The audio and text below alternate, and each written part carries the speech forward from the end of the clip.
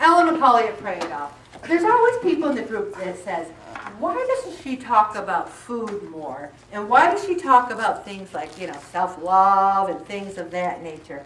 Because I am a firm believer that I could stand up here and talk about salads all night, or chicken all night, or Brussels sprouts all night, and you're still going to go home and eat pizza.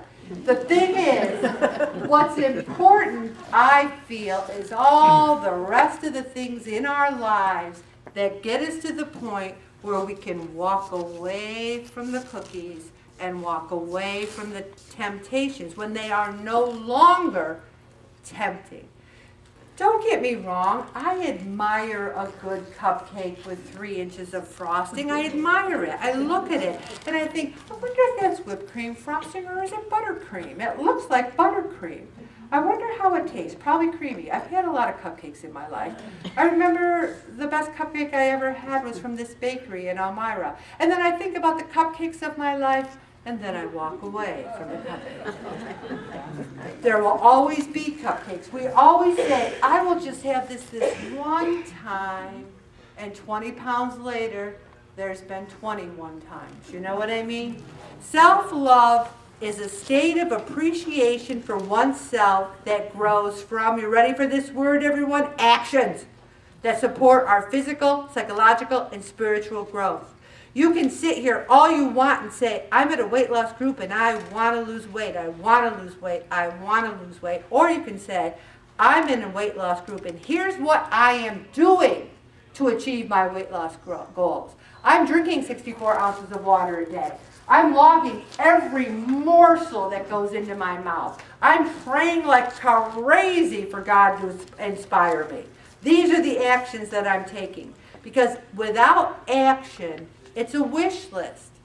You can say, well, I want to retire with $500,000 in the bank, but if you don't put any money in the bank, at the end of your career, you'll say, why didn't I have $500,000? But you never put any in. Also, here's a 7-step prescription. Be mindful. What do I want? I always say to Bob, I am a simple woman.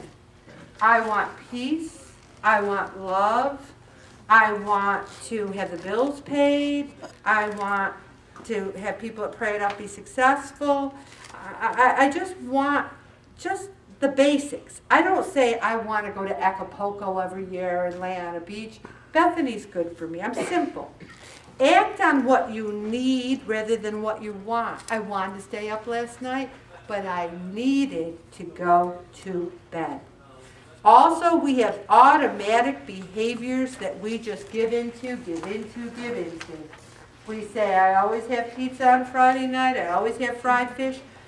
I could tell you that fried fish was Satan's food, and you'd still eat it, because you always have fried fish. That's what you eat. You have fried fish, fried fish, fried fish. I just think that sometimes you have certain behaviors that you say, I don't care what she says.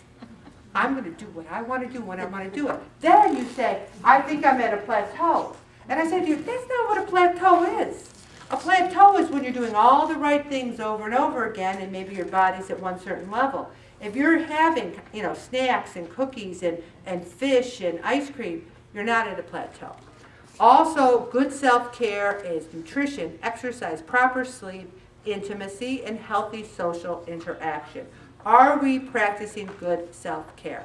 And some people I know say, I have no social interactions at all. And I say, go to Francis' house, volunteer. Go to Holy Family, volunteer.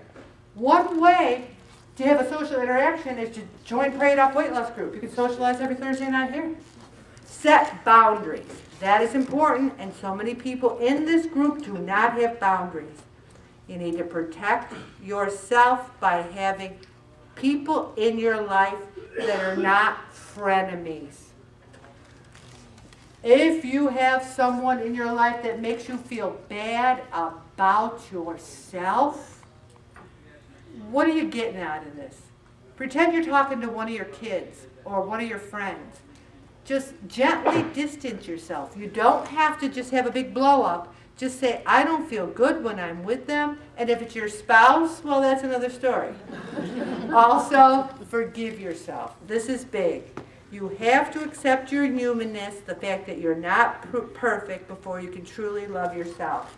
You know, guys, I can look in the mirror and I can see all this skin on my thighs.